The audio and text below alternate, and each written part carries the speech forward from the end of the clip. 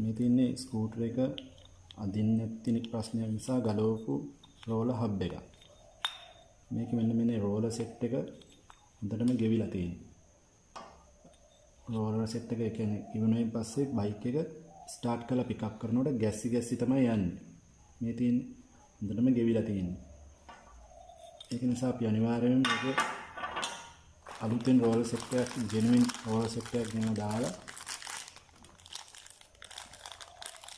මේ ගැස්සෙන් ලෙඩෙන්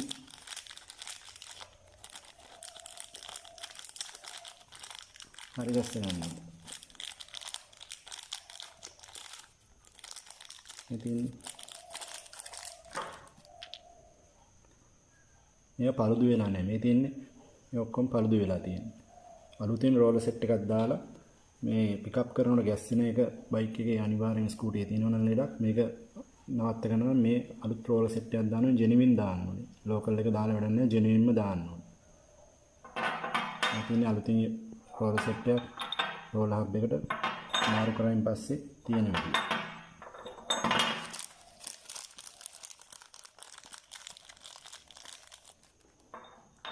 එහෙම දාගත්තාන් පස්සේ බයික් එක පිකප් කරනකොට ගැස්සෙන්නේ ඇස්ලරේටර් කරනකොට ගැස්සි යන්නේ බයික් එක. ඒ ප්‍රශ්න තියෙනවනේ ඒ ඔක්කොම විසඳුම තමයි මේ අලුතෙන් රෝලර් සෙට් එක ජෙනුයින් දාන එක. ලෝකල් දාලා හරියන්නේ නැහැ.